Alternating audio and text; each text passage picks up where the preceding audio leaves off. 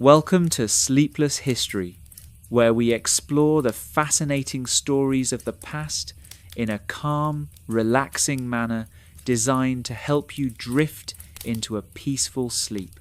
I'm your host, and tonight we're going to journey back over 2,400 years to ancient Greece to explore one of history's most legendary warrior cultures, the Spartans.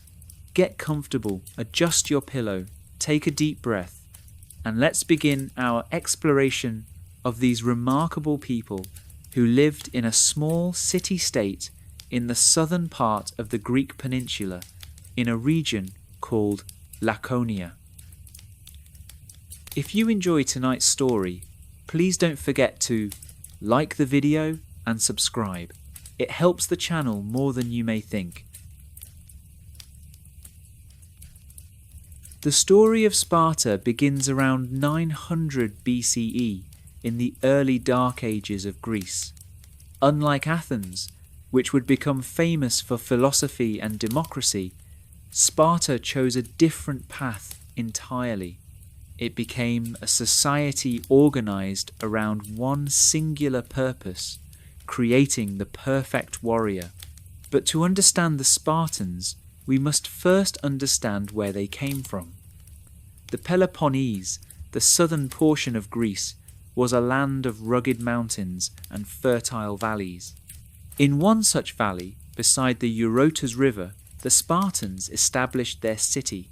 They called themselves Spartiates, and they would come to dominate the entire region of Laconia, and later much of the Peloponnese itself. The land around Sparta was not particularly rich in natural resources. There were no silver mines like those in Athens, no major ports for trade.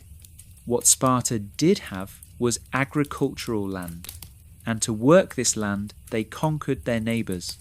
The people they conquered became known as Helots, a word that would come to mean a particular kind of agricultural slave unique to Sparta. By 700 BCE, Sparta had conquered Messenia, a region to the west, doubling its territory and creating an enormous population of Helots who far outnumbered the Spartan citizens themselves. This imbalance created a perpetual anxiety in Spartan society. They were always outnumbered, sometimes by as much as 7-1 or even 10-1. This demographic reality shaped everything about Spartan culture. It made them paranoid, militaristic, and utterly committed to maintaining control through superior military training. Let me paint you a picture of what Sparta looked like in its prime, around 500 BCE. Unlike other Greek cities, Sparta had no walls. This was not an oversight. The Spartans believed that walls made men weak, that true security came not from stone and mortar, but from the courage and skill of warriors. The city itself was not particularly grand. There were no magnificent temples like the Parthenon in Athens, no grand public buildings. Sparta was austere, simple, functional. The Spartan constitution, which they attributed to a possibly mythical lawgiver named Lycurgus, organized society into three main groups. At the top were the Spartiates, the full Spartan citizens. These were the warriors, the elite. Below them were the Perioikoi, free inhabitants who were not citizens, but who lived in surrounding towns. They could own property, engage in trade, and even serve in the army, but they had no political rights. At the bottom were the Helots, the conquered peoples who worked the land and had no freedom at all. The Spartan government was complex and unique. They had two kings who ruled simultaneously from two different royal families.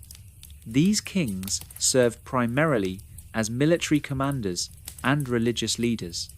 Then there was the Gerousia, a council of elders consisting of 28 men over the age of 60, plus the 2 kings.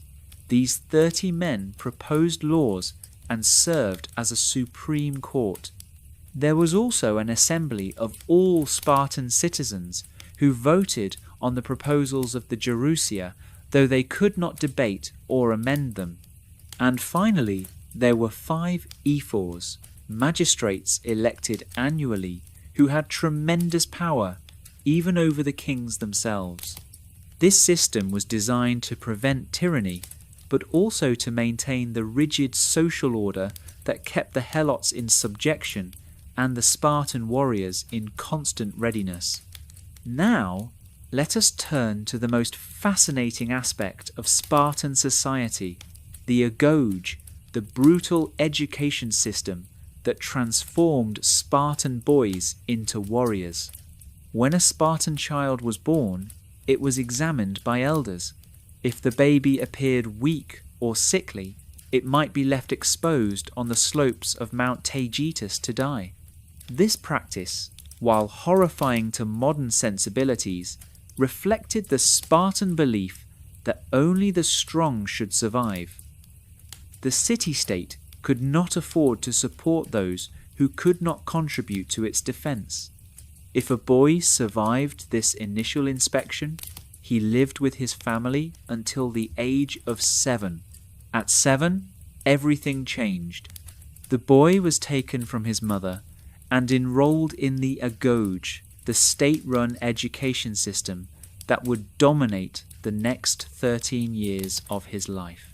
The Agoge was not like any school we might imagine today. Its purpose was not to teach reading or mathematics, though some basic literacy was included. Its purpose was to create obedient, fearless warriors who valued the state above all else, even above their own lives. Boys were organized into groups called Agalae, or herds. They lived together in barracks, sleeping on hard beds of reeds they had to gather themselves from the Eurotas River. They were given minimal clothing, just a single cloak that had to serve in all weather. In winter, they often went barefoot. They were kept deliberately hungry, given just enough food to survive, but not enough to be satisfied. This hunger served a purpose. The boys were encouraged to steal food, but if they were caught, they were severely beaten, not for stealing, but for being caught. This taught them cunning, resourcefulness, and stealth. There is a famous story of a Spartan boy who stole a fox and hid it under his cloak. When questioned, the fox began to bite and scratch his stomach. Rather than reveal his theft, the boy stood perfectly still and let the fox claw at him until it tore through his flesh. He died without making a sound. Whether this story is true or not, it illustrates what the Spartans valued: endurance, courage, and absolute commitment to Spartan ideals. The boys were taught to fight from an early age. They practiced with wooden swords and spears. They wrestled, they ran, they learned to endure pain without complaint. They were beaten for any sign of weakness or cowardice. The older boys were given authority over the younger ones, learning to command as well as obey. At age 12, the training intensified. The boys' heads were shaved, they were given no bedding at all. They were forced to go without shoes in all seasons. Their food rations were reduced even further. They were taught to speak in brief, direct sentences, giving rise to the term we still use today, laconic, meaning terse or concise, derived from Laconia, the region of Sparta. One of the most controversial aspects of the Agoge was the Crypteia, a sort of secret police force composed of the most promising young men. At around age 20, selected youths were sent out into the countryside, armed with nothing but a dagger. Their mission was to live off the land and kill Helots, particularly those who seemed strong or rebellious. This served multiple purposes. It culled the Helot population, removing potential leaders of revolt. It gave young warriors real experience in killing, and it instilled absolute ruthlessness. The Crypteia operated at night. They hid during the day and murdered by darkness. It was terrorism by design, meant to keep the Helot population in constant fear. Modern historians debate how frequently the Crypteia actually killed, but there is no doubt it existed and that it was a fundamental part of keeping the Helots subjugated. At age 20, if a young man had successfully completed the Agoge, he became a full citizen and a member of a session, a dining club or mess. These sessia were groups of about 15 men who ate together every day. Each member had to contribute food from his land allotment. If a man could not contribute, he lost his citizenship. The sessia served multiple functions. They bound men together in bonds of brotherhood. They ensured that every Spartan ate the same simple food, preventing any display of wealth or luxury. And they served as military units. The men you ate with were the men you fought beside. The food at these messes was notoriously terrible. The main dish was a black broth made from pork, blood, and vinegar. Ancient writers joked that after tasting Spartan food, one understood why Spartans were not afraid of death. But this was intentional. Spartans were not supposed to enjoy fine food or luxury. They were warriors, and comfort was seen as weakness. Even after completing the Agoge, Spartan men lived primarily in the barracks until age 30. They could marry, but they had to visit their wives secretly at night and return to the barracks before dawn. Only at 30 could a man live in his own home, but even then he was required to attend the daily mess and remain ready for military service until age 60. Now, let us consider the women of Sparta, for they were unlike women anywhere else in ancient Greece. While Athenian women were confined to their homes, had no legal rights, and were expected to be silent and obedient, Spartan women enjoyed remarkable freedom and power. Spartan girls were also educated, though not in the Agoge. They learned to read and write. More unusually, they participated in athletic training. They ran, wrestled, and threw the javelin. They exercised naked, just as the men did, which scandalized other Greeks. The Spartans believed that strong mothers produced strong children, and they wanted their women to be physically fit. Spartan women could own property, which was almost unheard of in ancient Greece. They managed the households and the agricultural estates while the men were away training or fighting. Because Spartan men were often absent and died frequently in war, women eventually came to control much of Sparta's wealth. By the 4th century BCE, women owned approximately 2/5 of all Spartan land. Spartan women were expected to send their sons and husbands off to war without tears. There is a famous story of a Spartan mother who, when told that her son had died in battle, asked only, "Did we win?" When told that Sparta had been victorious, she replied, "Then I am happy," and went about her day. Whether true or embellished, this story captures the Spartan ideal, loyalty to the state above all personal feelings. Spartan women were also remarkably outspoken. They had a reputation throughout Greece for being bold and witty.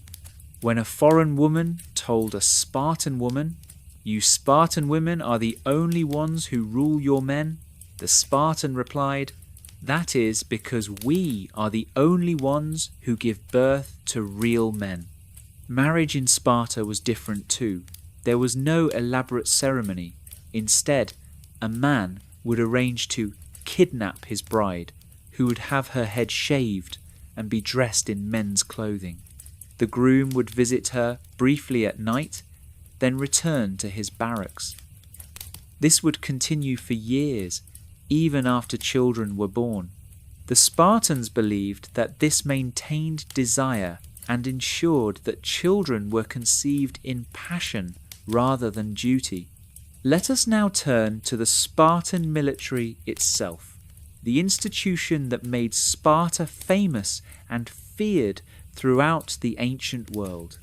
The Spartan army was not large. At its peak, Sparta could field perhaps 8,000 to 10,000 hoplites, the heavy infantry that formed the core of Greek armies. This was actually quite small compared to cities like Athens or Thebes. But what made Spartans formidable was not their numbers, but their training, discipline, and courage. The hoplite phalanx was the standard formation of Greek warfare. Hoplites were heavy infantry armed with a long spear called a dory, about 7 to 9 feet in length, and a short sword called a xiphos for close combat. They wore bronze helmets, breastplates, and greaves to protect their shins. Most importantly, they carried a large round shield called an aspis or hoplon, from which the term hoplite derives. This shield was about 3 feet in diameter and weighed about 15 to 17 pounds. It was deeply concave, designed to rest on the left shoulder and be gripped with the left hand. The shield protected not just the man carrying it, but also the right side of the man to his left. This created a mutual dependency. If a man dropped his shield and ran, he exposed his comrade. This is why the shield became the ultimate symbol of Spartan courage. Spartan mothers famously told their sons to return with your shield or on it, meaning come home victorious or dead, but never in flight.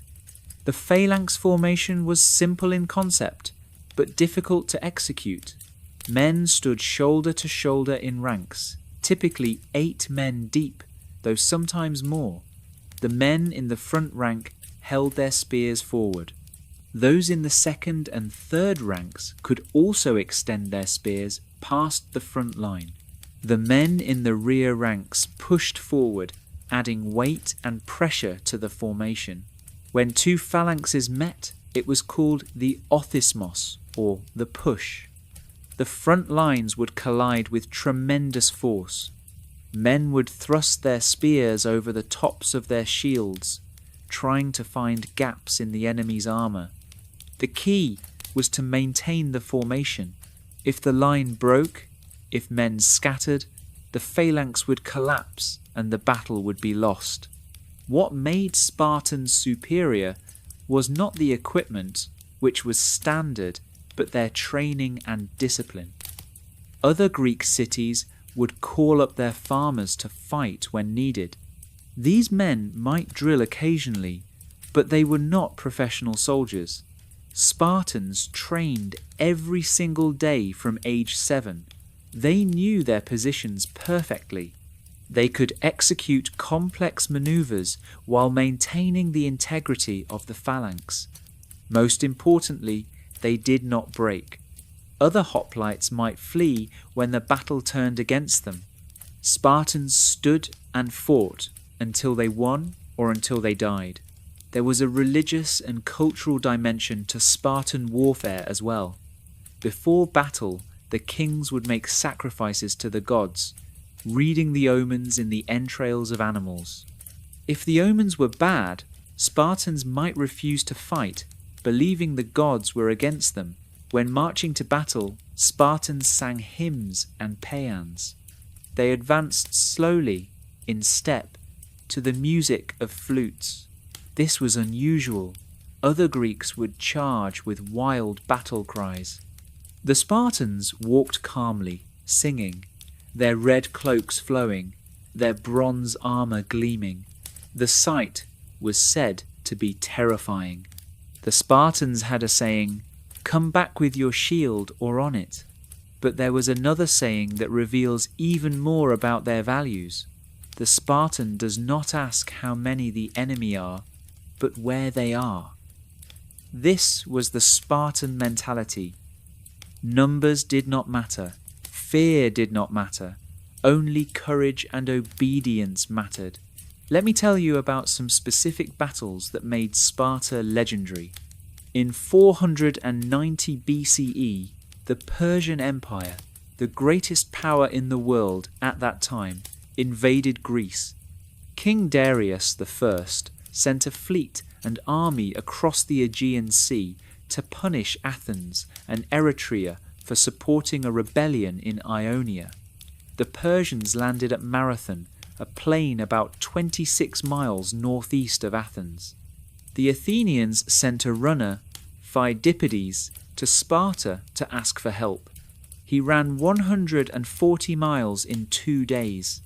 The Spartans agreed to help, but they were in the midst of a religious festival, the Laconia, and their law forbade them from marching to war during this sacred time. They would come, they said, but only after the full moon. The Athenians could not wait.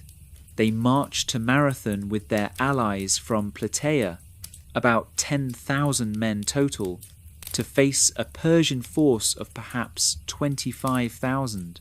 Against the odds, the Greeks won, using superior tactics and the discipline of the Phalanx. By the time the Spartans arrived, the battle was over. They examined the Persian dead and complimented the Athenians on their victory, then marched home.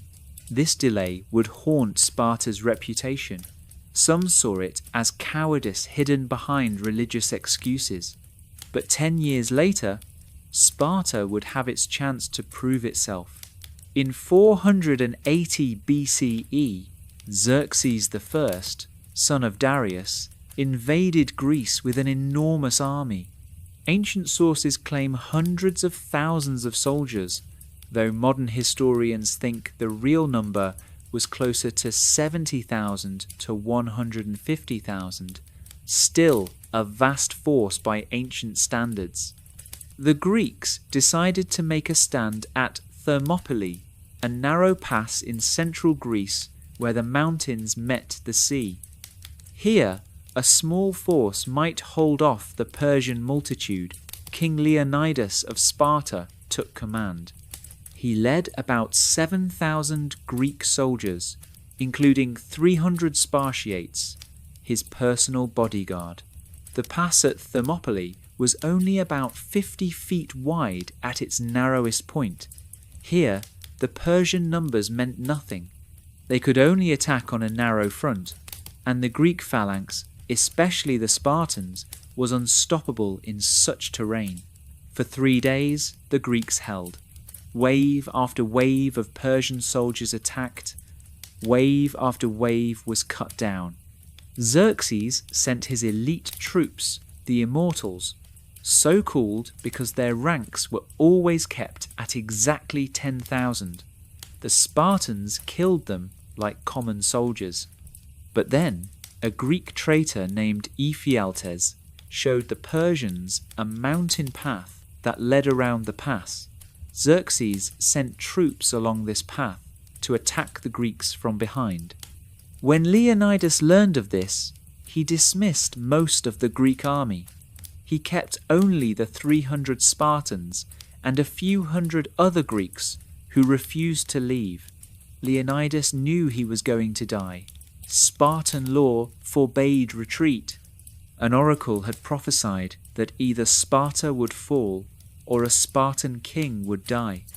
Leonidas chose his fate. On the final day, the Spartans fought with a fury that has echoed through history. They fought with spears until their spears broke. They fought with swords until their swords shattered. They fought with their hands and teeth. They died to the last man, but they took thousands of Persians with them. A monument was later erected at Thermopylae with the inscription, "Go tell the Spartans, stranger passing by, that here, obedient to their laws, we lie. This was the Spartan ideal made manifest: obedience, courage, death before dishonour. The sacrifice at Thermopylae gave the other Greeks time to prepare. The Athenian fleet destroyed the Persian navy at Salamis. The combined Greek army, including Spartans, defeated the Persian land forces at Plataea in 479 BCE. Greece was saved, and Sparta's reputation as the premier warriors of Greece was secure. For the next several decades, Sparta dominated southern Greece. Athens dominated the sea and built an empire through the Delian League, an alliance of city-states that gradually became an Athenian empire. Tension between the two powers grew until, in 431 BCE, the Peloponnesian War began. The Peloponnesian War lasted 27 years. It was a conflict between two completely different ways of life.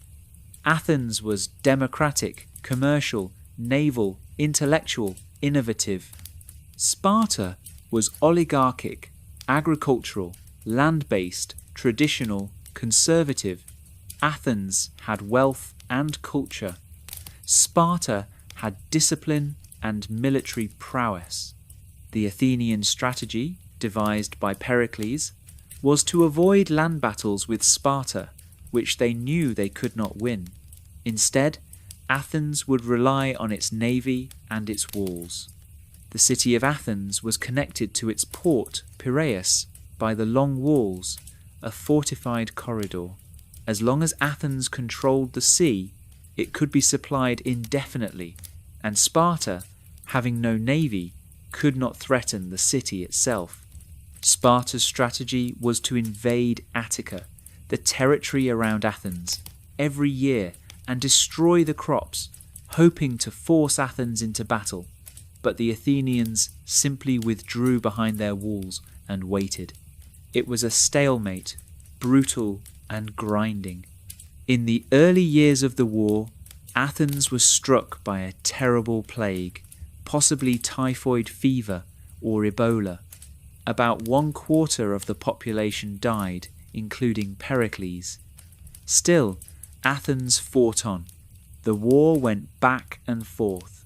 Athens sent an expedition to Sicily, hoping to conquer Syracuse and gain resources to defeat Sparta. The expedition was a catastrophe. The entire Athenian fleet, over 200 ships, was destroyed. Thousands of Athenians were killed or enslaved. With Persian support, Sparta built a navy. They blockaded Athens, cutting off its grain supply from the Black Sea. In 404 BCE, starving and exhausted, Athens surrendered. The long walls were torn down. Athens' empire was dissolved. Sparta was supreme in Greece. But Sparta's supremacy would be brief. The Spartans had won the war, but they had neither the numbers nor the institutions to govern an empire. They installed oligarchies in the cities they controlled, but these governments were often brutal and unpopular. In 395 BCE, Athens, Thebes, Corinth, and Argos formed an alliance against Sparta. This Corinthian war saw Sparta fighting desperately to maintain its position. Persia, which had supported Sparta against Athens, now switched sides and supported the anti-Spartan coalition. The most devastating blow to Sparta came from an unexpected source: Thebes. In 371 BCE, at the Battle of Leuctra, the Theban general Epaminondas did something revolutionary. Instead of matching the Spartan phalanx line for line, he massed his forces on one side, creating a massive column 50 men deep. This column smashed through the Spartan right wing, where King Cleombrotus was positioned. The king was killed, and for the first time in memory, a Spartan army was decisively defeated in a pitched battle. About 700 Spartiates fought at Leuctra. 400 died, more than half. This was a catastrophic loss for a society where full citizens were increasingly rare. Epaminondas followed up his victory by invading Laconia itself, something that had not happened in centuries. He freed the Helots of Messenia and helped them establish an independent state with a fortified capital. At a stroke, Sparta lost half its territory and most of its agricultural base. The Helots, who had worked the land and supported the Spartan warrior class, were gone. Without the Helots, Sparta could not maintain its military system. The number of Spartiates, already declining, plummeted.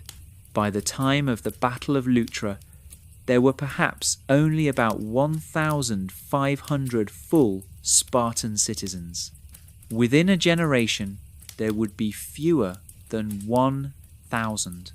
Sparta never recovered from Leuctra. It remained a significant regional power for a time, but its days of dominating Greece were over. When Philip II of Macedon unified Greece under Macedonian hegemony in the mid-4th century BCE, Sparta was one of the few states that resisted, but it could do little to stop him. Philip famously sent a message to Sparta, "If I invade Laconia, I will turn you out." The Spartans replied with a single word, "if." Philip never invaded, though whether this was out of respect for Spartan courage or simply because Sparta was no longer worth conquering is debated. After Alexander the Great died in 323 BCE, the Greek world was dominated by his successors. Sparta tried to reform itself several times. King Agis IV and later King Cleomenes III attempted to revive the old Spartan system, redistributing land and training new citizens. But these reforms were violently resisted by wealthy Spartans who had no interest in returning to the austere, egalitarian ways of the past. Sparta became increasingly irrelevant. By the time Rome conquered Greece in the 2nd century BCE, Sparta was a shadow of its former self, a tourist destination where wealthy Romans came to watch Spartan boys being flogged in rituals that were by then mere theatre, a performance of a long-dead culture. And yet, the legacy of Sparta lived on, and it lives on still. The very word Spartan has entered our language, meaning austere, disciplined, rigorous. We speak of laconic speech. We admire courage and discipline, qualities the Spartans embodied, even if we might recoil from their brutality. The Spartans influenced military thinking for centuries. The emphasis on training, discipline, and unit cohesion are Spartan principles. Modern special forces, like the Navy SEALs or the SAS, put recruits through selection processes that echo the Agoge, testing them to their limits and beyond, seeking those who will never quit. But we must also reckon with the darker aspects of Spartan culture. The Helots were kept in a state of permanent terror. The Crypteia was state-sponsored murder. Weak infants were left to die. The Spartans were slave masters who built their entire society on the subjugation of others. Their equality among citizens was real, but was purchased with the inequality and oppression of those they conquered. Sparta presents us with a paradox. We admire their courage, discipline, and sacrifice. The stand at Thermopylae is one of history's most inspiring stories. And yet, we cannot ignore that Spartan society was fundamentally unjust, built on slavery and violence. Let us consider some specific aspects of Spartan culture in more depth. the Spartans were deeply religious. They worshipped the same gods as other Greeks, Zeus, Hera, Apollo, Athena, but they had their own particular cults and practices. They were especially devoted to Apollo and Artemis. One of their most important festivals was the Carneia, sacred to Apollo, the festival that prevented them from marching to Marathon in time. Another important festival was the Hyacinthia, which lasted 3 days and honoured both Apollo and a hero named Hyacinthus. The festival involved processions, sacrifices, athletic competitions, and performances. Despite their reputation for austerity, Spartans could be joyful and celebratory during religious festivals. The Spartans also had a cult of heroes. Leonidas was worshipped as a hero after Thermopylae. The Spartans believed that heroes were intermediaries between humans and gods, and they made offerings at hero shrines, asking for protection and favour. Spartan religion reinforced Spartan values. Courage was a religious virtue. Cowardice was not just shameful, but impious. The gods favoured the brave and punished cowards. This belief made Spartans fearless in battle. They were not just fighting for glory or for Sparta, they were fighting for divine approval. Spartan art and culture are often overlooked because the Spartans themselves produced relatively little.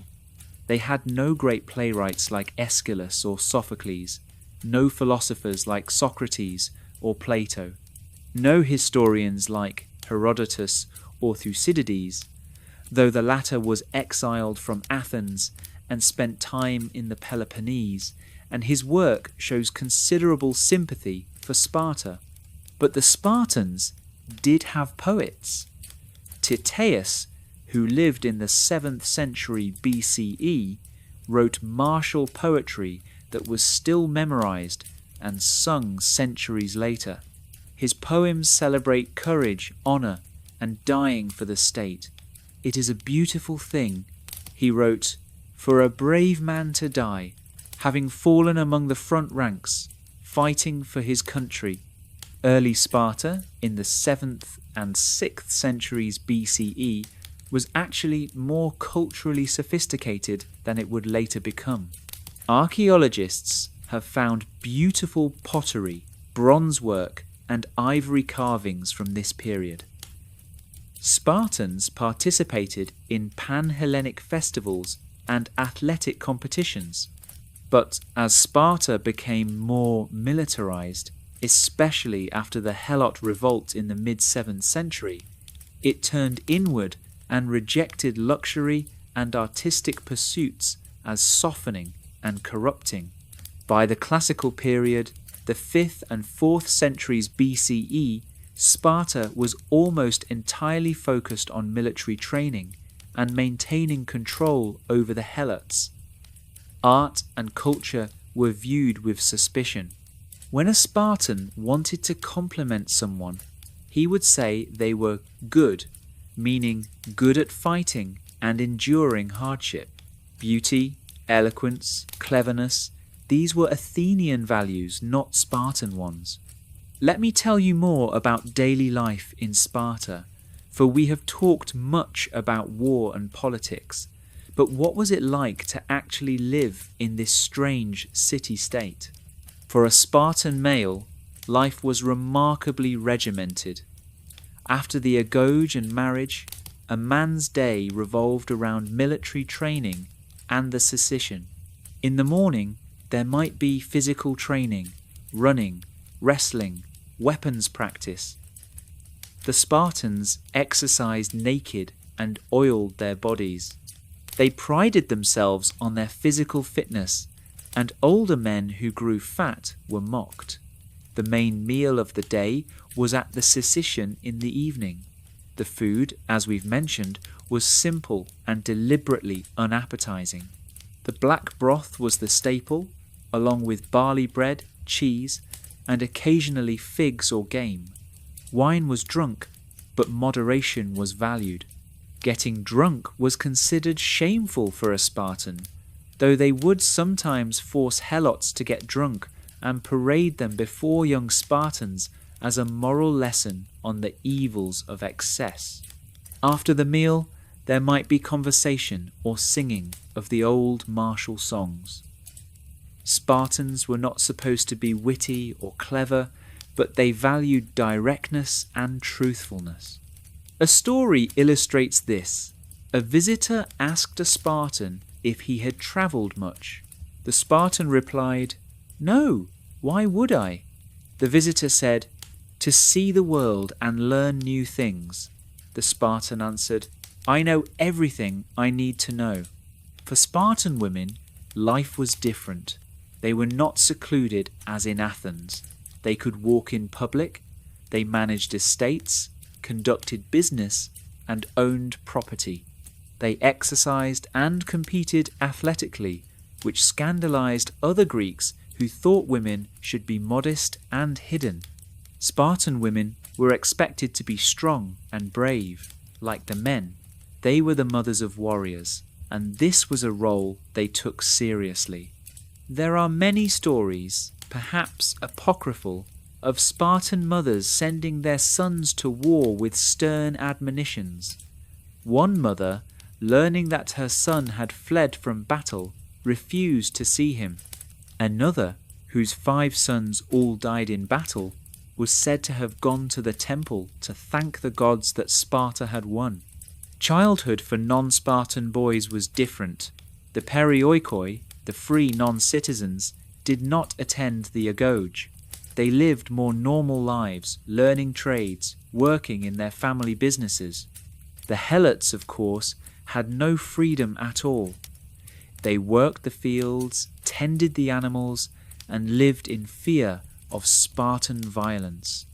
Hello life was hard and brutal. They could be killed with impunity by Spartans.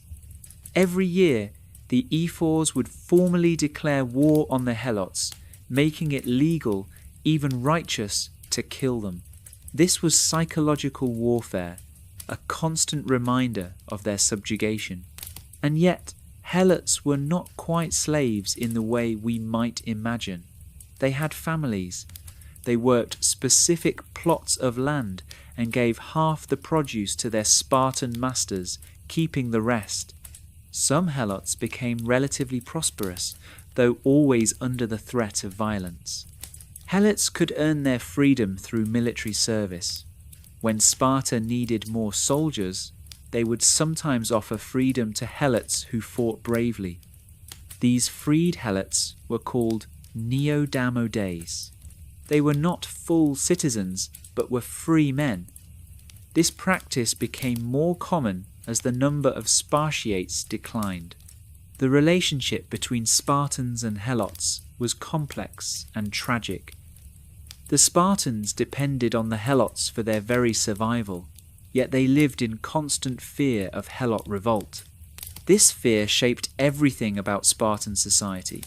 It made them paranoid, brutal, and ruthlessly efficient at violence. Let us talk about Spartan warfare in more detail, for this was their art and science. The Phalanx, as we have discussed, was the basic formation, but there were variations and tactics that the Spartans mastered better than anyone else. One key skill was the ability to wheel the phalanx, to turn it while maintaining formation. This was extremely difficult. 8 or more ranks of men, shields locked, had to turn in unison. If the line broke, if gaps opened, the phalanx would collapse. Spartans could do this because they trained constantly. They used a system of unit organization called the enomotia. This was the smallest unit, about 36 men. 4 enomotiae made a Pentecostes. 2 Pentecostes made a lochos, commanded by a lochagos. The exact numbers varied over time, but the principle remained: small units that could operate independently but also combine into larger formations. Each unit had its own officers. These officers were not elected, but were chosen based on merit and experience. In battle, orders were passed down the chain of command through voice and trumpet signals. The Spartans could execute complex maneuvers that would have been impossible for less trained armies.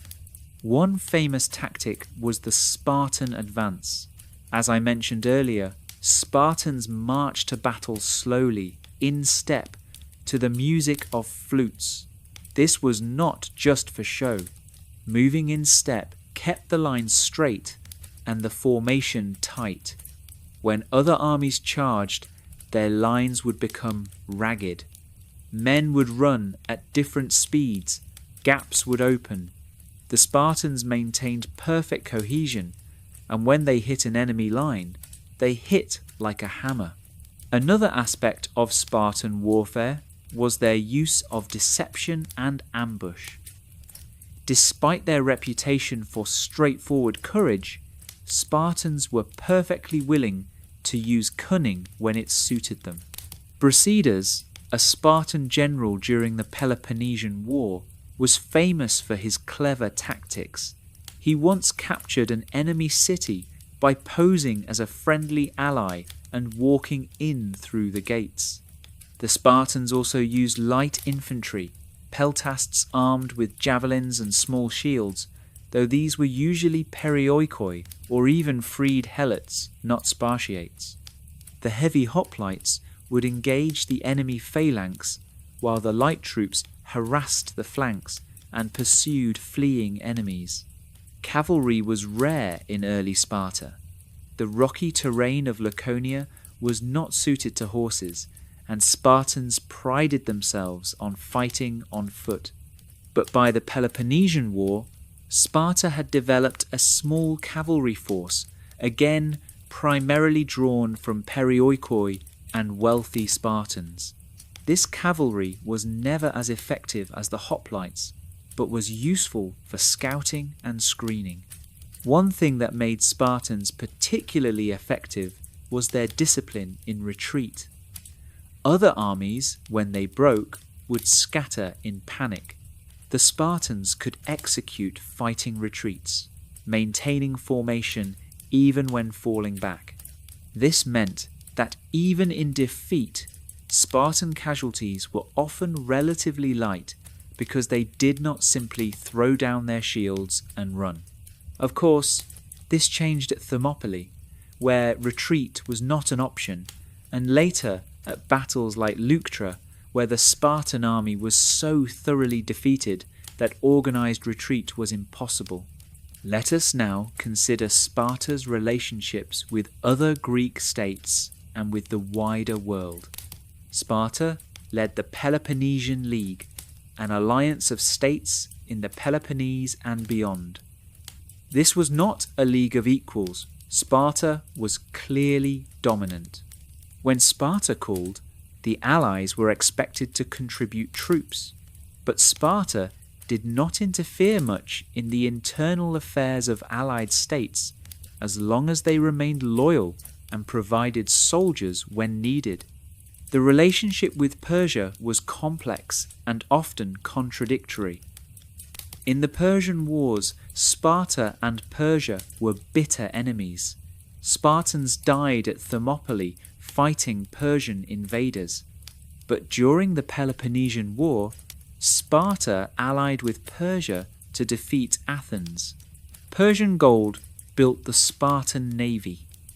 After the war, Sparta even ceded the Greek cities of Ionia, in what is now Turkey, to Persian control, betraying the very Greeks they had once fought to liberate.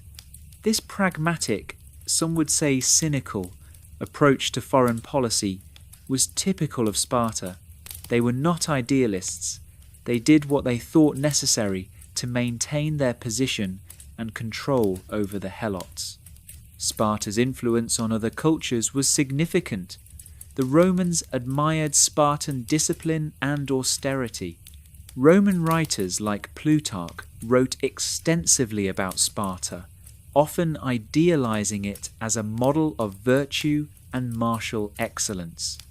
The Roman military adopted some Spartan principles, emphasizing training, discipline, and unit cohesion. In the modern era, Sparta has been invoked by various regimes and movements, not always admirably. The Nazis admired Spartan eugenics and militarism. But Sparta has also been celebrated in democratic contexts as an example of civic virtue and willingness to sacrifice for the common good. The 300 Spartans at Thermopylae have become a symbol of resistance against overwhelming odds. This story has been retold countless times in books, films, and art. It resonates because it speaks to something deep in human nature, the willingness to stand and fight for something greater than oneself, even when the cause seems hopeless. But we must remember that the Spartans themselves would not have understood this story the way we do. To them, Thermopylae was not about freedom or democracy. It was about obedience to the state and to the law. Leonidas and his men died because Spartan law required it, not because they were fighting for liberty or human rights. Let us talk about the decline of Sparta in more detail, for it is a fascinating and tragic story. After Leuctra, Sparta faced multiple crises. The loss of Messenia meant the loss of economic foundation. Without Helots to work the land, the Spartiates had to work themselves or hire labour. But this was not compatible with the traditional system where a Spartan's only job was to train for war. The number of full citizens continued to decline. Land became concentrated in fewer and fewer hands. A law attributed to an early king, Epitadius, allowed Spartans to will their land to anyone, not just sons. This led to land accumulating in the hands of wealthy families, and especially wealthy women who could inherit from fathers, husbands, and brothers. By the mid-3rd century BCE, there were fewer than 700 Spartan citizens, and of those, only about 100 owned land. The rest were impoverished and could not afford to contribute to the Syssitia, which meant they lost their citizenship. This created a vicious cycle. Fewer citizens meant less military power, which meant more defeats, which meant less land and tribute, which meant even more poverty. King Aegeus IV, who reigned from 244 to 241 BCE, tried to address this crisis. He proposed cancelling debts and redistributing land to create a new class of Spartan citizens. But the wealthy oligarchs who controlled Sparta opposed him. Aegeus was arrested and executed, one of the very few Spartan kings to be killed by his own people. King Cleomenes III, who reigned from 235 to 222 BCE, tried again. He was more ruthless than Aegeus. He launched a coup, killing or exiling the ephors and his enemies. He cancelled debts, redistributed land, and trained 4,000 new citizens. For a brief time, it seemed Sparta might revive. Cleomenes won several victories against the Achaean League, another coalition of Greek states, but he faced the rising power of Macedon. At the Battle of Silesia in 222 BCE, Cleomenes' reformed Spartan army was crushed by the Macedonians and their allies. Cleomenes fled to Egypt, where he eventually died in a failed revolt. After Silesia, Sparta was occupied by Macedonian troops. The old system was abolished. Sparta became just another Greek city, no longer special or feared. It joined the Achaean League and was governed like any other member state. There was one final attempt at revival. In 207 BCE, a tyrant named Nabis seized power in Sparta.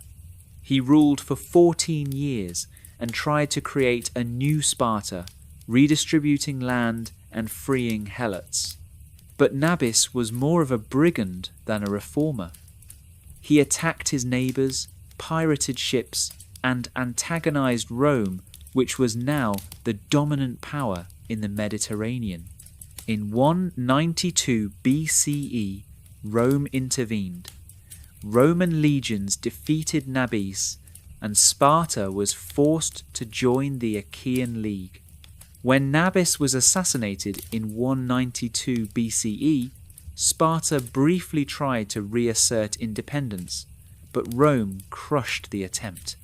Sparta was now fully under Roman control, though it retained local autonomy as part of the Roman province of Achaia.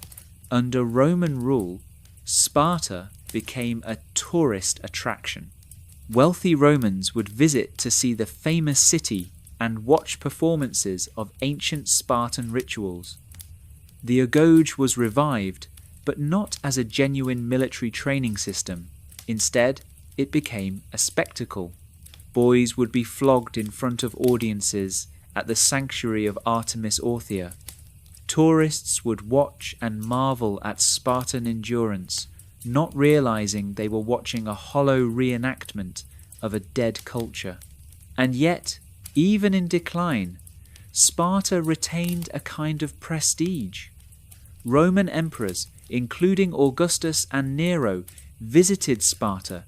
The city was granted special privileges and exemptions. Spartan ambassadors reminded Romans of Sparta's glorious past, and Romans who admired martial virtue were often generous. Sparta survived as a city into the Byzantine period. It was never a major centre again, but it endured. The modern city of Sparta, in Greece, is built near the site of the ancient city. Visitors can still see some ruins, the theatre, the Acropolis, some temples. But much of ancient Sparta is gone, lost to time and earthquakes, and the simple fact that the Spartans built very little in stone, preferring their monuments to be the courage of their warriors. Let us reflect on what Sparta means to us today. Sparta presents us with uncomfortable questions. Can a society built on slavery and brutality ever be truly admirable? Can we separate the courage and discipline we admire from the oppression that made them possible? The Spartans were brave, yes. They were disciplined, yes. But they were also cruel and unjust. Modern scholars have debated Sparta for centuries. Some see Sparta as a totalitarian state, a precursor to modern dictatorships. Others see it as a unique experiment in communal living and civic virtue. Both views contain truth. What is undeniable is that Sparta had an enormous impact on history and culture. The idea of the citizen soldier, the person who puts the state above self, is a Spartan idea. The emphasis on physical fitness and training, the belief that comfort makes one weak, these are Spartan values that persist. Military organizations around the world still study the Spartans. The Phalanx, though obsolete, is studied as an early example of combined arms and unit cohesion. The Agoge, though brutal, is seen as a model of how intense training can produce exceptional individuals. But we must also remember the Helots. For every Spartan warrior we admire, there were 7 or 10 Helots living in fear and oppression. The Spartan system was only possible because of their labour and suffering. This is a moral stain that cannot be ignored or excused. Perhaps the real lesson of Sparta is this: courage and discipline are admirable, but they are not enough. A society must also be just. It must value all its people, not just an elite. Sparta failed this test. It built a system that was impressive but ultimately unsustainable and morally indefensible. As we come to the end of our journey through Spartan history, let us remember both the glory and the tragedy.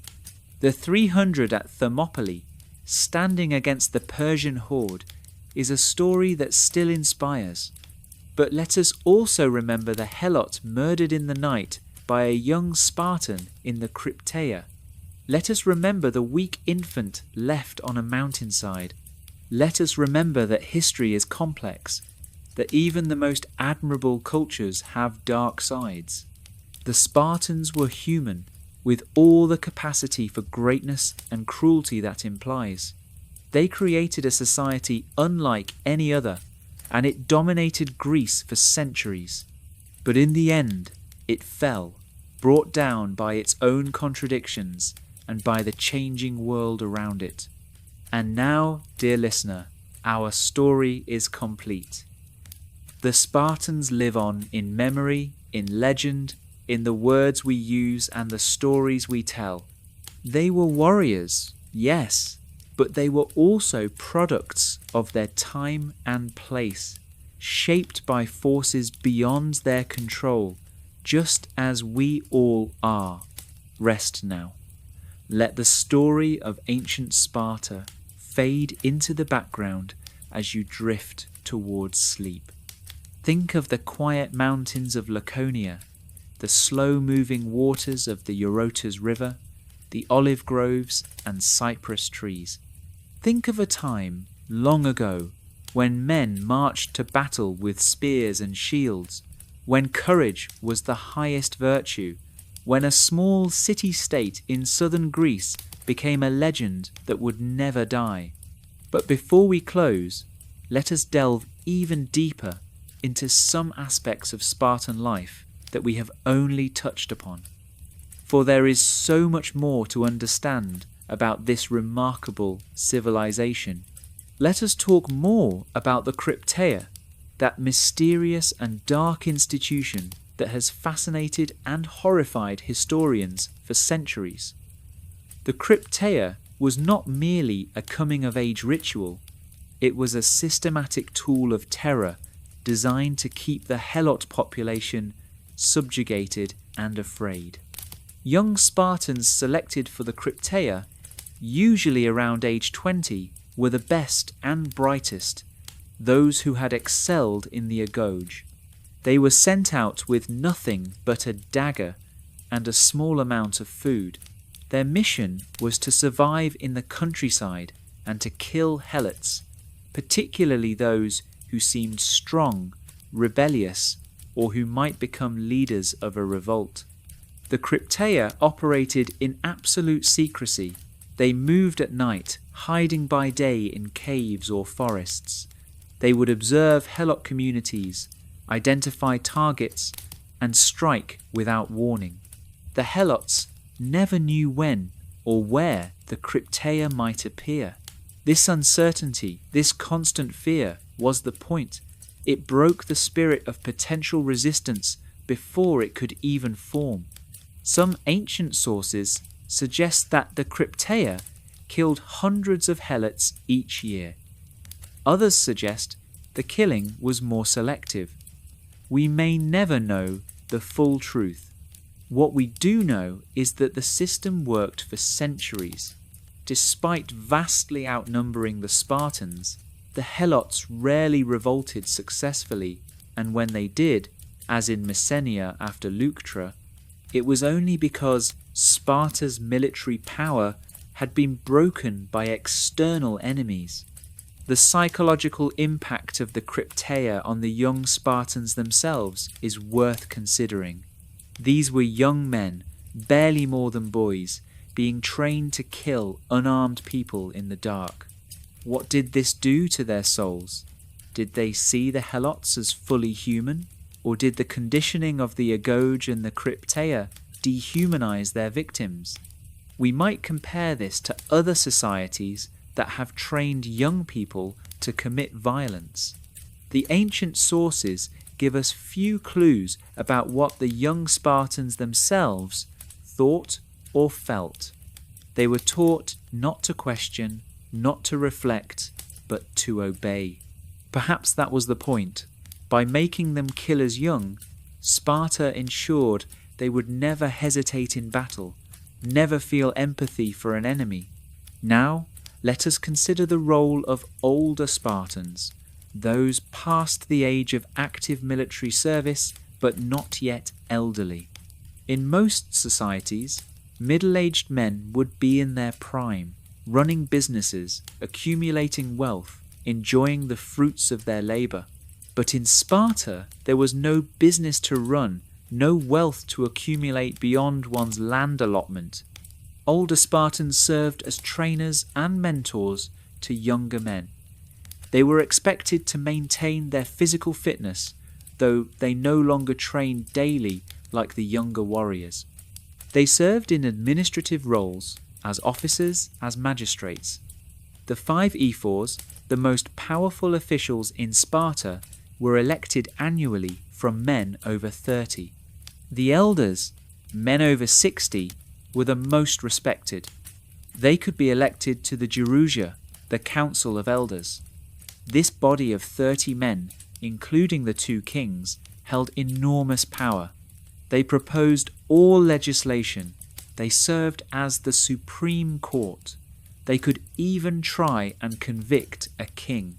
To be elected to the Gerousia was the highest honour a Spartan could achieve, short of military glory. The election process was unusual. The candidates would parade before the assembly, and the man who received the loudest cheers, as judged by men shut in a nearby building who could hear but not see, was elected. It was hardly democratic by modern standards, but it was the Spartan way. Let us talk now about Spartan kings in more detail. Sparta's dual kingship was unique in the Greek world. 2 royal families, the Agiads and the Eurypontids, each provided a king. These kings claimed descent from Heracles, the legendary hero, and through him from Zeus himself. But Spartan kings were not absolute monarchs. Their power was checked by the ephors, by the Gerousia, and by the assembly. In peacetime, their role was primarily religious. They made sacrifices to the gods. They consulted oracles. They presided over certain festivals. In wartime, one or both kings would lead the army. Here, their authority was more complete. On campaign, a king had the power of life and death over his soldiers. He decided strategy and tactics. But even in war, he was accompanied by ephors who observed and reported back to Sparta. A king who failed militarily, or who seemed to be accumulating too much personal power, could be prosecuted, fined, exiled, or even executed. Some Spartan kings were remarkable men. Leonidas, of course, is the most famous. But there was also Agesilaus II, who reigned from 399 to 360 BCE. Agesilaus was a brilliant general who campaigned successfully in Asia Minor, defeating Persian armies and raiding deep into Persian territory. He was small and lame, defects that in theory should have disqualified him from kingship. But he was so respected and capable that the Spartans overlooked his physical imperfections. Agesilaus embodied Spartan virtues. He was austere, sleeping on a simple bed, eating simple food, refusing luxury even when it was offered. He was brave, fighting in the front ranks even as an old man. He was loyal to Sparta above all else. When Thebes defeated Sparta at Leuctra, Agesilaus was in Asia. He hurried home and spent the rest of his life trying to restore Spartan power without success. He died in Egypt at age 84, still fighting, still trying to serve Sparta. But not all Spartan kings were admirable. Pausanias, who commanded the Greek forces at Plataea in 479 BCE, became arrogant and corrupt. He was accused of conspiring with the Persians. He fled to a temple for sanctuary, and the Spartans walled up the doors and starved him to death. His mother brought the first stone. Cleomenes I, who reigned from about 520 to 490 BCE, went mad, according to ancient sources. He attacked his own guards with a stick, and his family had him imprisoned. He died in captivity, officially by suicide, though some suspected murder. The dual kingship served several purposes. It prevented any one family from accumulating too much power. It provided redundancy. If one king died, the other could still lead. And it created a system of checks and balances, as the two kings often disagreed and competed with each other, preventing either from dominating. Now, let us turn to another aspect of Spartan life, their relationship with music and poetry. This might seem strange, given Sparta's reputation for austerity and militarism, but music played an important role in Spartan culture. The Spartans believed that music could shape character. Certain modes and rhythms were encouraged because they inspired courage and discipline. Others were forbidden because they were thought to be effeminate or corrupting.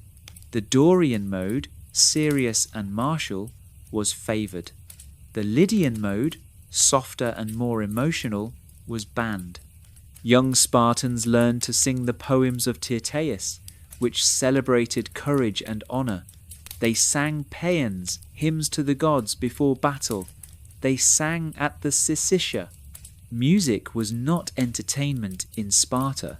It was moral education, a way of instilling proper values. The Spartans also valued dance, but again, not for pleasure. The Pyrrhic dance was a war dance performed by young men in armour. It simulated combat, with dancers leaping, striking, and defending to a rhythmic beat. The dance taught coordination, agility, and combat techniques. It was exercise, training, and ritual all at once. There were other dances as well. The Spartans danced at religious festivals, at weddings, at funerals. Dance was a communal activity that reinforced social bonds and cultural identity. Even Spartan girls danced, which again scandalized other Greeks who thought such physical display was inappropriate for women. Let us consider the Spartan economy, which was unusual in the ancient world. Most Greek city-states relied on trade and commerce. Athens, for example, imported grain from the Black Sea, olive oil from various sources, and luxury goods from across the Mediterranean. Athenian merchants were wealthy and influential. Sparta, by contrast, was almost entirely self-sufficient and deliberately isolated from international commerce. The Spartans scorned trade as a corrupting influence. They believed that wealth made men soft and greedy, that it undermined the communal values of Spartan society. To prevent wealth accumulation, Sparta used iron bars as currency instead of silver coins. These bars were heavy, cumbersome, and worthless outside of Sparta. It was impossible to accumulate portable wealth. Some Spartans did become rich, owning large estates and many helots, but they could not display their wealth openly without facing social sanction. The ideal Spartan was supposed to live simply, eating at the common mess, wearing the same simple cloak, owning the same basic equipment. Luxury was not just discouraged, it was seen as a moral failing, a sign of corruption and weakness. Of course, reality did not always match the ideal. By the 4th century BCE, Some Spartans were quite wealthy, and inequality had grown significantly. This was one of the factors that contributed to Sparta's decline. Let me tell you about the Spartan relationship with their neighbours, the Perioikoi. These dwellers around were free people who lived in towns throughout Laconia and Messenia, but were not Spartan citizens. They numbered perhaps 3 to 4 times as many as the Spartiates themselves. The Perioikoi were essential to Sparta's economy and military. They were craftsmen, merchants, and farmers. They produced the goods that Spartans needed but disdained to make themselves: weapons, armour, pottery, tools. They traded with the outside world, bringing in goods that Sparta needed.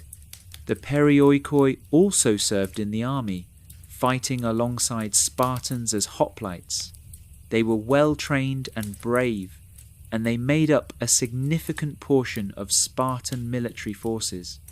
At Plataea, for example, there were 5,000 Spartiates and 5,000 Perioikoi fighting as hoplites, plus 35,000 light-armed troops.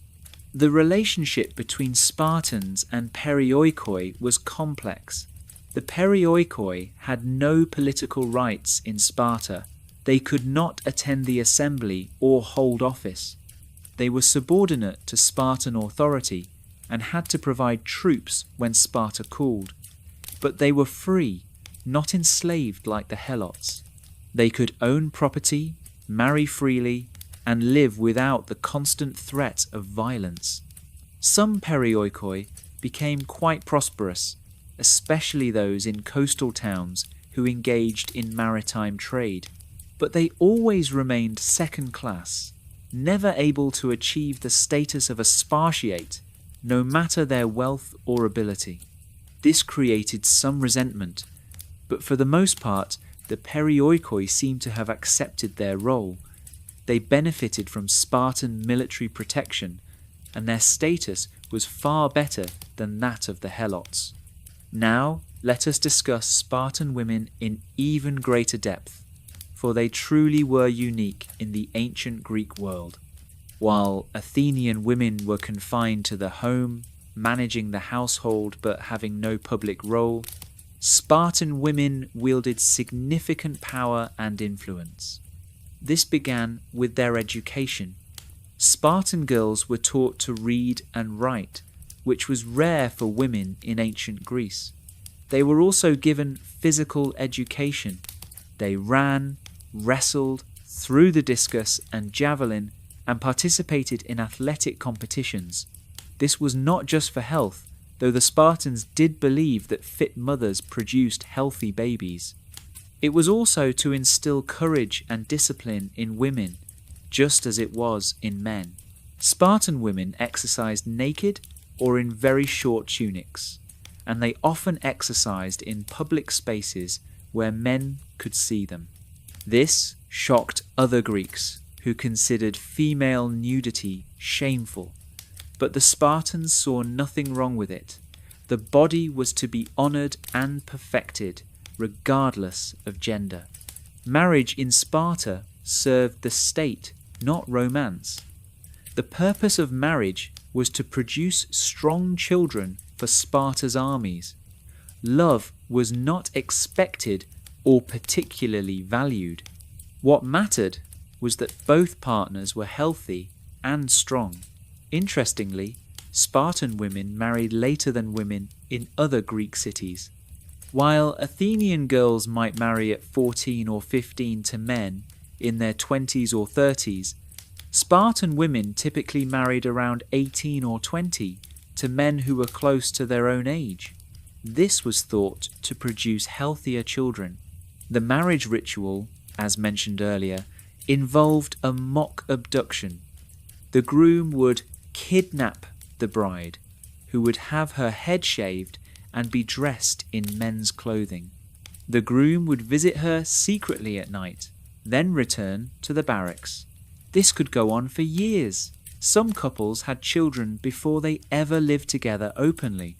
The reasoning behind this strange custom is debated. Some scholars think it was to maintain sexual desire and ensure children were conceived in passion. Others think it was to prevent men from becoming too attached to their wives and families, which might undermine their loyalty to Sparta and their comrades. Spartan women managed the household and the agricultural estate, while their husbands were away training or fighting. This gave them practical authority over economic matters. They made decisions about planting and harvesting, about buying and selling, about the management of Helots who worked the land. Because Spartan men died frequently in war, and because Spartan women could inherit property, women eventually controlled a significant portion of Sparta's wealth. Aristotle, writing in the 4th century BCE, claimed that women controlled 2/5 of Spartan land. He saw this as a weakness, a sign that Sparta had declined from its earlier virtue. But one could also see it as evidence of women's capability and importance. Spartan women were famous throughout Greece for their boldness and sharp wit. There are many stories, collected by later writers like Plutarch, of Spartan women delivering cutting remarks. When a foreign woman complimented a Spartan woman on her beautiful robe, the Spartan replied, "But I think my children are my finest adornment." Another story tells of a Spartan woman whose son survived a battle in which many Spartans died. She asked him how the battle had gone. He told her that all his comrades had fallen. She picked up a roof tile and threw it at him, saying, "And they sent you home to bring us such news?" These stories may be apocryphal, but they reveal something true about how Spartan women were perceived and perhaps how they perceived themselves. They were proud, fierce, and utterly committed to Spartan values. They expected their sons to be brave and their husbands to be warriors. They did not weep or wail when men went to war or when they died. At least they were not supposed to. But we should be careful not to idealize Spartan women.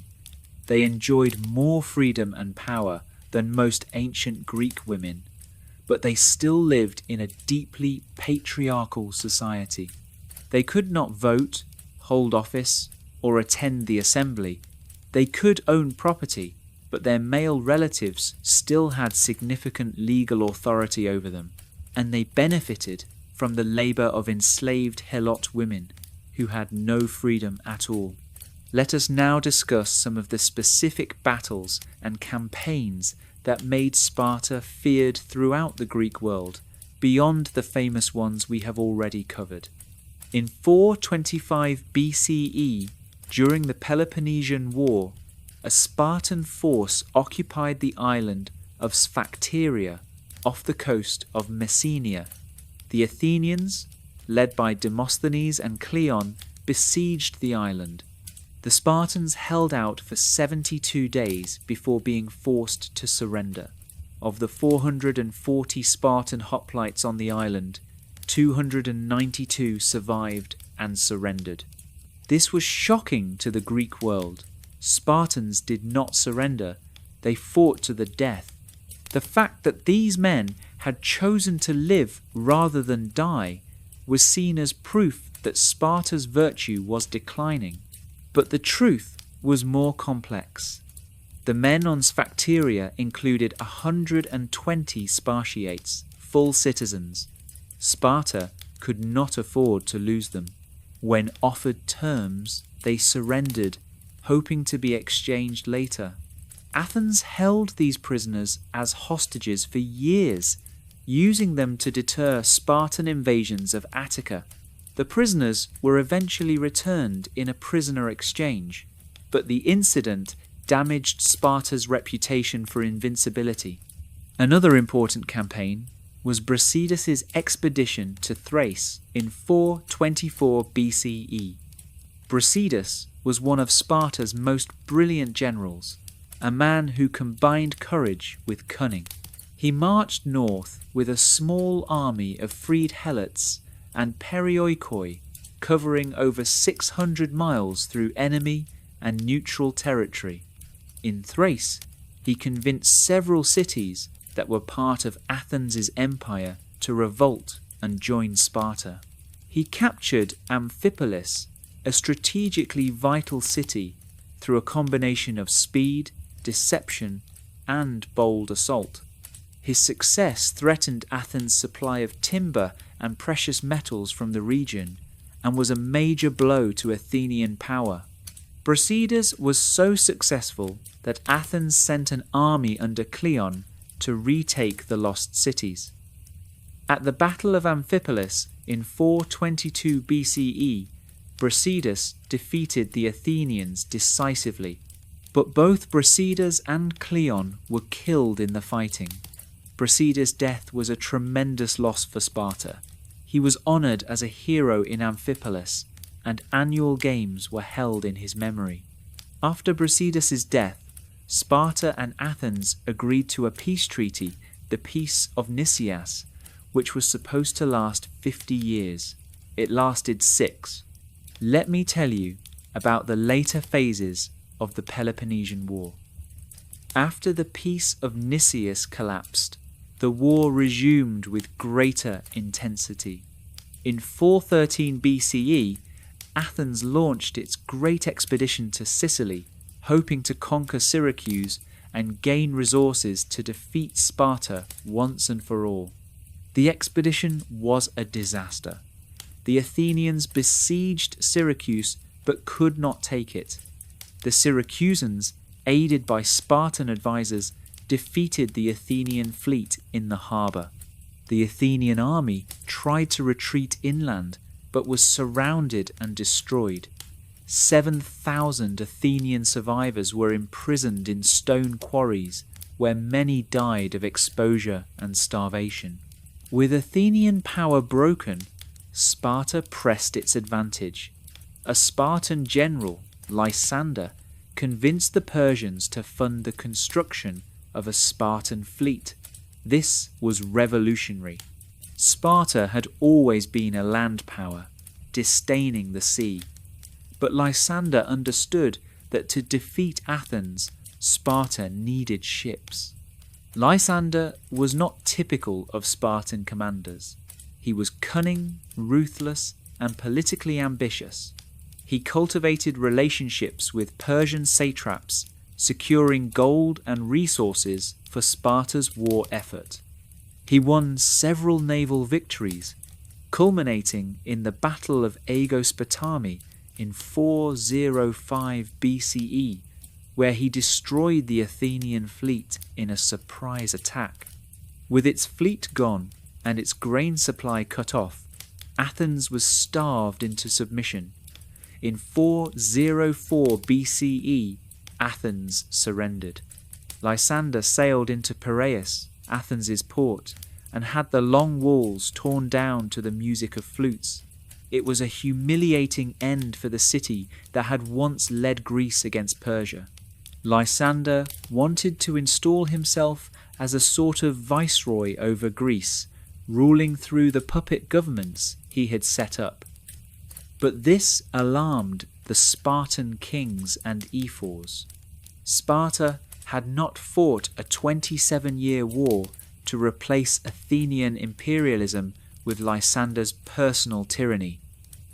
Lysander was recalled and stripped of his command. In the years after the Peloponnesian War, Sparta tried to dominate Greece but found it impossible. The city-states that had been allied with Sparta against Athens now resented Spartan arrogance and interference. Thebes, Corinth, Argos, and even Athens formed a coalition against Sparta in 395 BCE. This Corinthian war dragged on for years. Sparta won most of the battles but could not win the peace. The Persians, who had once supported Sparta against Athens, now supported the coalition against Sparta. In 387 BCE, Sparta agreed to the king's peace, a treaty imposed by the Persian king that gave Persia control over the Greek cities of Asia Minor in exchange for recognizing Spartan hegemony in Greece. This was a bitter irony. Sparta, which had fought the Persians at Thermopylae and Plataea, which had presented itself as the defender of Greek freedom, had now sold Greek cities to Persia to maintain its own power. It was a betrayal that many Greeks never forgave. Let us talk now about the development of Spartan military tactics over time. The hoplite phalanx was not static. It evolved in response to changing circumstances and enemies. In the 7th and 6th centuries BCE, hoplite warfare was relatively simple. Two phalanxes would meet on an open plain and push against each other until one side broke. The Spartans excelled at this because of their superior training and discipline. But by the 5th century BCE, warfare was becoming more complex. Light infantry, peltasts armed with javelins, could harass hoplites from a distance. Cavalry could threaten flanks and rear. Fortifications and sieges became more common. The Spartans adapted, though not always successfully. At the Battle of Sphacteria, Athenian light troops, protected by the rocky terrain, pelted the Spartan hoplites with javelins. The Spartans, in their heavy armour, could not catch the lightly equipped Athenians, who would retreat and then attack again. It was frustrating and demoralising. Sparta responded by developing its own light infantry and cavalry. But the core of the Spartan army remained the heavy hoplite phalanx. The real revolution came from Thebes. Epaminondas, the Theban general who defeated Sparta at Leuctra, introduced new tactics that changed Greek warfare forever. Instead of matching the enemy line for line, Epaminondas massed his forces on one wing, creating a deep column. This column would smash through the enemy line, and once the line was broken, the battle was won. At Leuctra, Epaminondas placed 50 ranks of men on his left wing, facing the Spartan right, where the king and the elite troops were stationed. When the lines met, the Theban column simply overwhelmed the Spartans through sheer mass and momentum. The Spartan right collapsed, the king was killed, and the rest of the Spartan army, seeing their best troops defeated, fled. This was the beginning of the end for hoplite warfare. The phalanx would remain the standard infantry formation for another century, but it was becoming obsolete. Philip of Macedon and his son Alexander would develop the sarissa phalanx, armed with 18-foot pikes, supported by cavalry and light troops. This combined arms approach would make Macedon the dominant military power of the Greek world. But Sparta never adapted. Even as the world changed around them, Spartans clung to the old ways, believing that courage and discipline would always prevail. It was a fatal mistake. Let us consider the religious life of Sparta in more detail. The Spartans were deeply pious. They believed that the gods took an active interest in human affairs, and that divine favour could be won through proper sacrifice and ritual. Before any major decision, especially military campaigns, the Spartans would consult oracles. The most famous oracle was at Delphi, where the priestess of Apollo would give cryptic prophecies. The Spartans also consulted oracles at Olympia and other sacred sites. The Spartans were scrupulous about following omens. Before battle, priests would sacrifice animals and examine their entrails. If the omens were bad, the Spartans would not fight, even if it meant losing a strategic opportunity. This could seem like superstition to modern eyes, but to the Spartans it was common sense. Fighting without divine favour was asking for disaster. There is a famous story from the Battle of Plataea. The Spartan commander Pausanias was waiting for favourable omens while the Persian cavalry harassed his troops.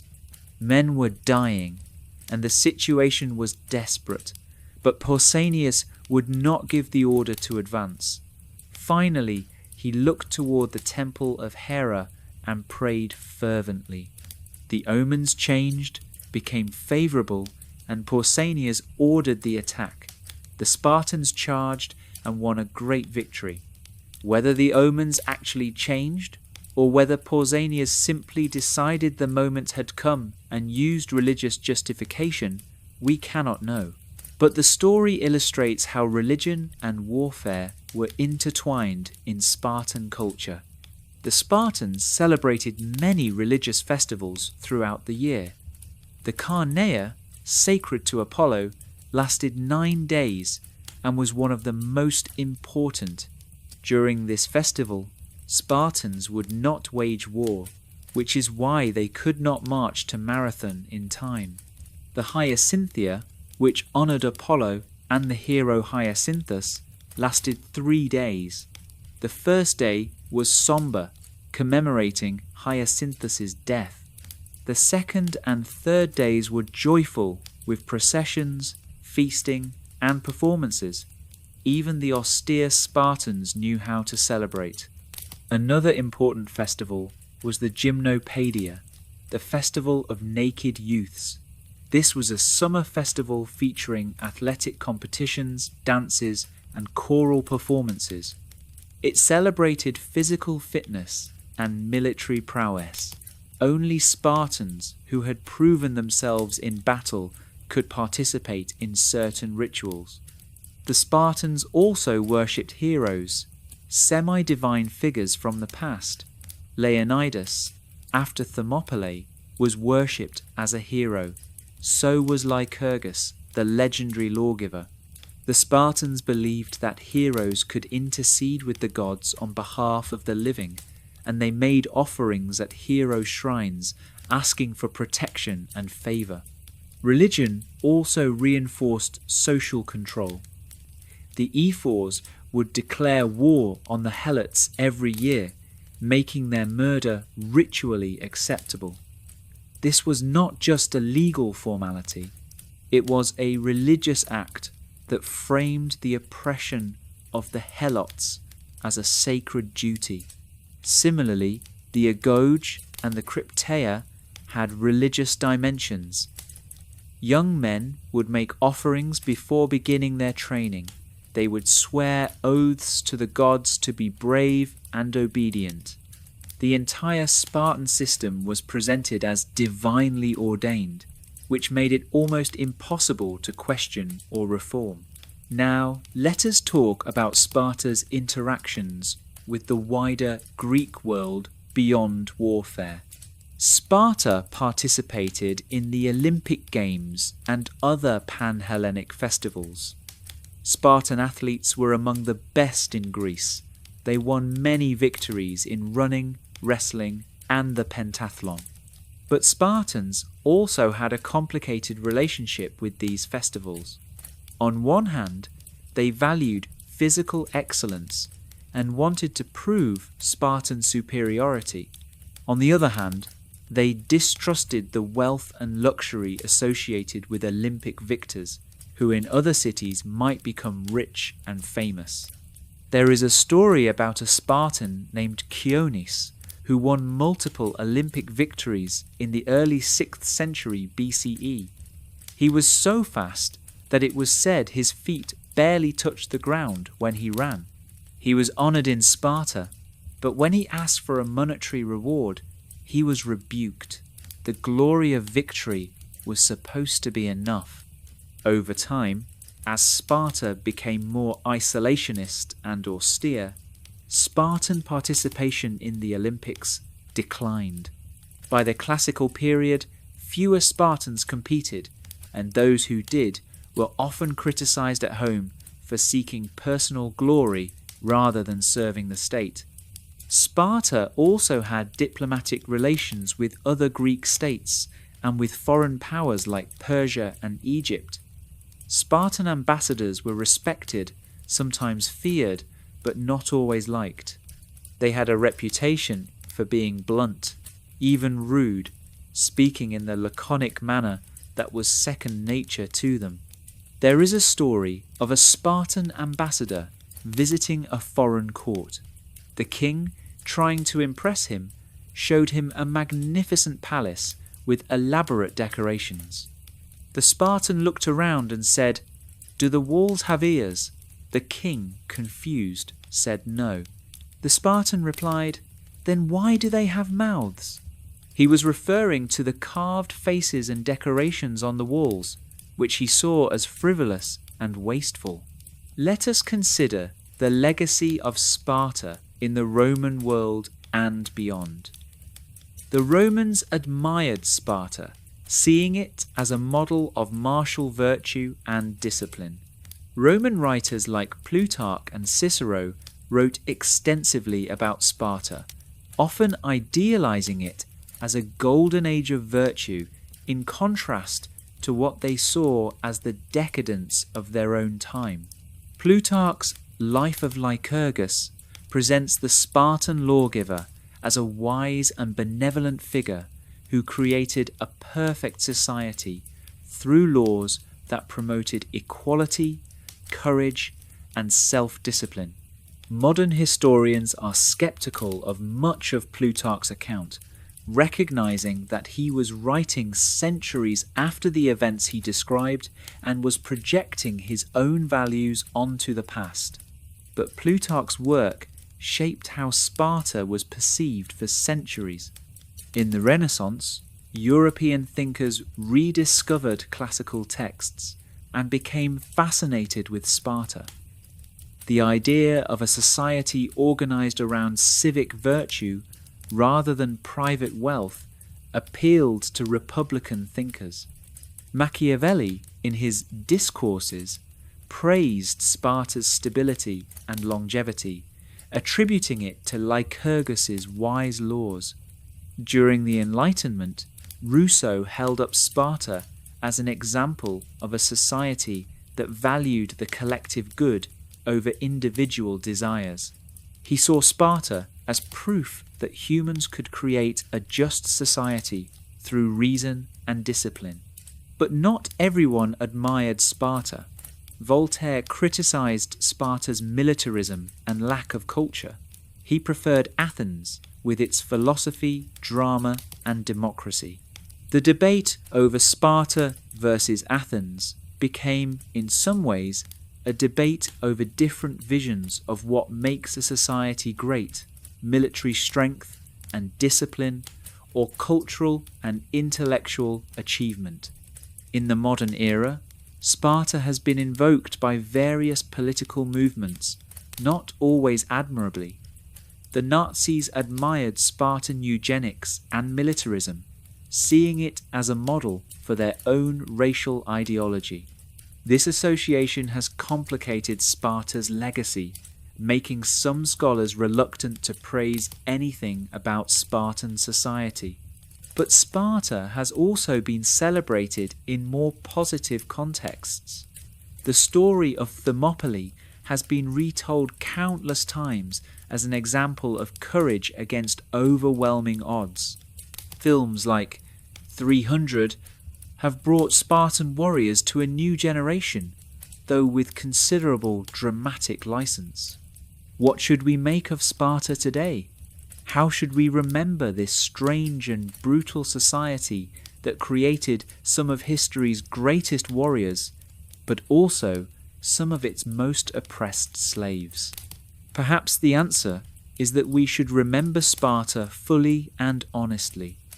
We should acknowledge the courage, discipline, and sacrifice that the Spartans displayed at Thermopylae and elsewhere.